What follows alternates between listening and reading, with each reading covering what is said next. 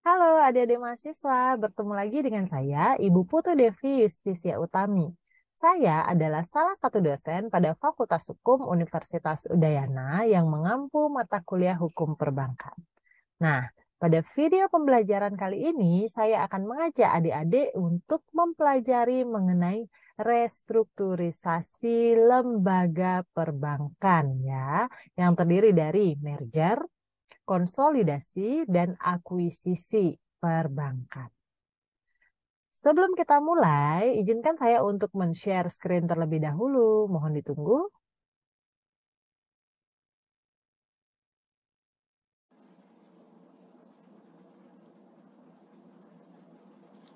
Baik, untuk materi kita kali ini adalah materi mengenai restrukturisasi lembaga perbankan.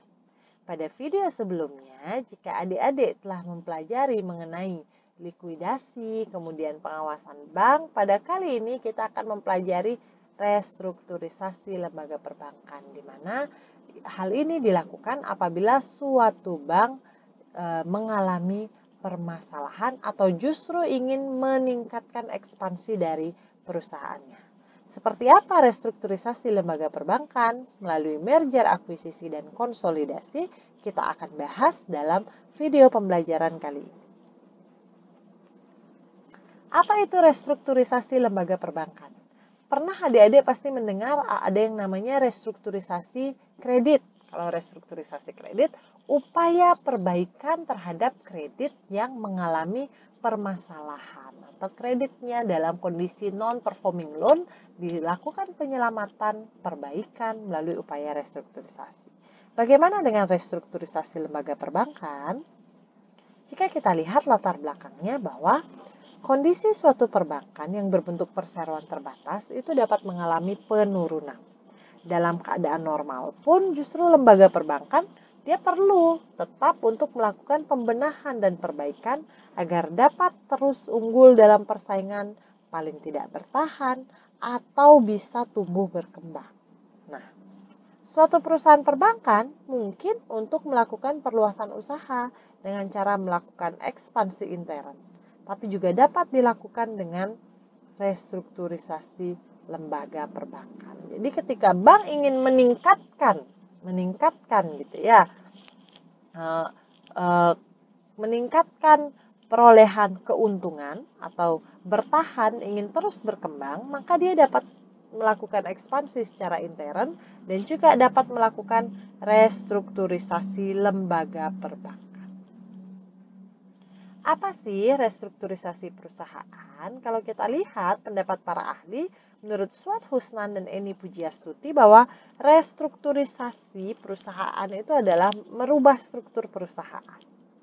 Menurut Brahmantio, restrukturisasi perusahaan itu adalah strategi untuk mencari jalan keluar bagi perusahaan yang tidak berkembang atau sakit, ya, untuk menjaga keberlangsungan usaha perusahaan. Menurut James C. Van Horn dan John M. Masowis bahwa restrukturisasi merupakan tindakan perubahan perusahaan dalam struktur modal, operasi, atau kepemilikan perusahaan. Jadi, kegiatan merubah struktur perusahaan untuk mencari jalan keluar perusahaan yang tidak berkembang. Ya. Nah, dasar hukum dari restrukturisasi dasar hukum dari restrukturisasi lembaga perbankan itu diatur dalam Undang-Undang Nomor 40 Tahun 2007 tentang perseroan terbatas. Ada di bab 8 mengenai penggabungan, peleburan, pengambil alihan, dan pemisahan perseroan terbatas pada pasal 122 sampai 137. Serta diatur juga dalam PP nomor 28 tahun 99 tentang merger, konsolidasi, dan akuisisi bank. Nah, bagaimana bentuk restrukturisasi lembaga perbankan?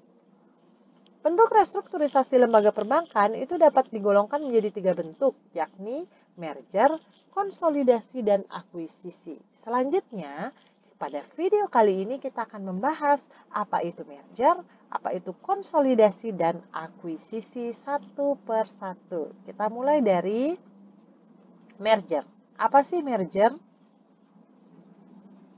Definisi merger itu dalam bahasa Indonesia biasa disebut dengan penggabungan. Jadi dengan kata penggabungan saja, kalian bisa memahami bahwa kalau merger bank berarti penggabungan dua bank. Kalau kita lihat, merger adalah penggabungan dua perusahaan atau lebih menjadi satu, di mana perusahaan yang memerger membeli semua aset dan liability perusahaan yang dimerger. Dan kemudian perusahaan yang dimerger berhenti beroperasi. Ya, menurut pasal 1 angka 2 PP nomor 28 tahun 99, merger adalah penggabungan dua bank atau lebih dengan cara tetap mempertahankan berdirinya salah satu bank dan membubarkan bank yang lainnya tanpa dilakukan tindakan likuidasi. Jadi ketika itu merger, maka dia digabungkan, satu bertahan, sisanya atau bank yang lebih lemah dari sisi permodalan dan lain sebagainya itu dibubarkan. Jika adik-adik melihat dari pengertian di pasal 1 angka 2, jika kita ilustrasikan, merger itu adalah seperti ini. Ketika bank A, bank B, dan bank C bergabung, maka yang tetap berdiri adalah bank A.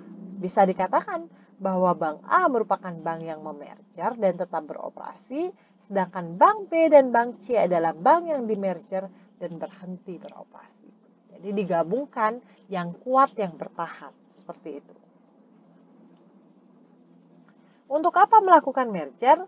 Untuk mendapatkan kesempatan beroperasi dalam skala usaha yang besar, guna meningkatkan pangsa pasar, menghilangkan ketidakefisienan operasional yang awalnya ada dua perusahaan dengan dua operasional. Kalau dia merger, maka bank yang bertahan adalah satu bank dapat mengefisiensikan biaya operasional. Kemudian menggabungkan sumber daya pasar. Kemudian mengurangi resiko kegagalan. Nah, contoh perusahaan merger itu adalah CIMB Niaga. Seperti yang terjadi oleh CIMB Niaga, di mana tahun 2008 terjadi merger antara Bank CIMB Niaga dengan Bank Lipo, di mana Bank Lipo menguasai saham sebesar 40% dan CIMB Niaga sebesar 60%. Kedua bank tersebut akhirnya bergabung dan nama yang dipergunakan adalah nama Bank CIMB Niaga karena berstatus sebagai pemegang saham yang terbesar, yaitu 60%. Bank Lipo dia berhenti beroperasi karena semua aktiva dan pasifanya telah beralih ke Bank CIMB Niaga. Jadi contoh perusahaan merger, penggabungan dua perusahaan atau lebih yang bertahan satu itu adalah Bank CIMB Niaga. Bank A dan Bank B dan Bank C bergabung menjadi satu dalam merger sehingga yang bertahan adalah satu bank saja, yaitu bank yang memerger. Mudah-mudahan bisa dipahami. Merger artinya penggabungan. Selanjutnya, keunggulan dan kelemahan dari merger. Ya, keunggulan merger itu adalah pengambil alihan melalui merger lebih sederhana dan lebih murah dibanding pengambil alihan yang lain. Kelemahannya tentu saja harus ada persetujuan dari masing-masing pemegang saham dari perusahaan bank tersebut, serta memerlukan waktu yang relatif lama. Selanjutnya, setelah tadi mempelajari merger adalah penggabungan, kita akan mempelajari mengenai konsolidasi. Merger, penggabungan yang satu bertahan. Bagaimana dengan konsolidasi? Kita lihat. Konsolidasi adalah perbuatan hukum yang dilakukan oleh dua badan usaha atau lebih untuk meleburkan diri dengan cara mendirikan satu badan usaha baru. Digaris bawahi pada kalimat satu badan usaha baru. Kalau merger dia bergabung mempertahankan satu badan usaha. Kalau konsolidasi dia bergabung kemudian membentuk satu badan usaha baru. Kita lihat dari ketentuan pasal 1 angka 3 PP nomor 27 tahun 99, konsolidasi adalah penggabungan dua bank atau lebih dengan cara mendirikan bank baru dan membubarkan bank-bank yang lama tanpa melikuidasi terlebih dahulu. Kalau kalian lihat ilustrasinya, bentuk dari konsolidasi ini adalah ketika bank A, bank B, dan bank C bergabung, kemudian membentuklah bank baru yakni bank D. Jadi ketiga bank tersebut melakukan konsolidasi sehingga terbentuk bank yang baru yaitu bank D. Dan ketika terjadi konsolidasi, bank A maupun bank B dan C tidak eksis lagi karena sudah berubah dan menjadi satu dalam manajemen bank D. Apa ciri-ciri konsolidasi? Ada dua bank atau lebih yang meleburkan diri untuk membentuk bank baru. Bank yang meleburkan diri bubar demi hukum tanpa harus dilikuidasi, dan bank baru mendapatkan status badan hukum baru dari OJK. Contoh bank konsolidasi, jadi contoh bank yang melakukan peleburan, bergabung menjadi satu itu yang udah sering kalian lihat, ada Bank Mandiri. Kalau kalian lihat, Bank Mandiri merupakan konsolidasi dari Bank Bumidaya, Bank Ekspor Impor Indonesia atau Bank Eksim, Bank Pembangunan Indonesia, dan Bank Dagang Negara. Melebur menjadi satu membentuk bank yang lebih kuat, yakni satu badan hukum baru yaitu Bank Mandiri. Begitu juga dengan Bank Permata. Bank Permata itu terdiri dari 5 bank yang melebur menjadi satu, yakni Bank Bali, Bank Universal, Bank Prima Express, Bank Arta Media, dan Bank Patriot. Kelima bank tersebut melebur menjadi satu, membentuk satu badan usaha baru yaitu Bank Permata. Contoh dari bank konsolidasi lainnya yaitu Bank Syariah Indonesia, itu adalah gabungan dari BRI Syariah, kemudian Mandiri Syariah, kemudian bank baru yaitu Bank Syariah Indonesia. Bentuk restrukturisasi yang terakhir adalah akuisisi. Kalau tadi merger adalah penggabungan dua bank dengan mempertahankan satu bank, kalau dia konsolidasi peleburan dua bank atau lebih membentuk bank baru, bagaimana dengan akuisisi? Akuisisi itu adalah pengambil alihan, yakni pengambil alihan perusahaan yang mana perusahaan akuisitor membeli sebagian saham perusahaan yang diakuisisi. Namun, perusahaan tersebut masing-masing tetap berdiri dan beroperasi sendiri-sendiri. Kalau kita lihat ketentuan pasal 1 angka 4 PP 2899, akuisisi adalah pengambil alihan kepemilikan suatu bank yang mengakibatkan beralihnya pengendalian terhadap bank. Contohnya, Bank A dan Bank B, di mana Bank A mengakuisisi perusahaan Bank B, ternyata tetap berdiri dua badan hukumnya masing-masing, yaitu Bank A dan Bank B. Kemudian Bank A dan Bank C, Bank A mengakuisisi Bank C, kemudian tetap berdiri Bank A dan Bank C masing-masing. Ya, di mana operasinya tetap berjalan seperti biasa, di mana proses akuisisi tidak menghasilkan bank baru dengan badan hukum yang baru. Contoh bank akuisisi kalau sekitar tahun 2020 gitu ya, kalian sering menonton iklan di televisi, ada BTS, buat yang ngefans sama Korea, itu BTS tuh menjadi brand ambassador salah satu bank swasta di Indonesia, di mana awalnya Bank Bukopin itu diakuisisi oleh KB Kokmin Bank, ya, Kokmin Bank di Korea. Nah, kemudian ketika Bank Bukopin diakuisisi oleh Kokmin Bank, ternyata Bank Bukopinnya tetap bertahan, Kokmin Banknya juga masih tetap bertahan. Sehingga tidak ada terbit bank yang baru atau badan usaha yang baru, namun masing-masing tetap beroperasi. Tetapi Kokmin Bank menjadi pemegang saham pengendali, jadi pengambil alihan pengendalian bank. Pemegang saham pengendali di Bank Bukopin. Ya, selanjutnya contoh bank akuisisi, kalau kalian ketahui Bank Danamon itu ternyata diakuisisi oleh Bank of Tokyo, MUFG gitu ya, di mana diakuisisi oleh Bank of Tokyo Mitsubishi UFG. Di situ Bank Danamon tetap berdiri, MUFG-nya juga masih berdiri sendiri, berdiri masing-masing, namun MUFG ini sebagai pemegang saham pengendali dari Bank Danamon.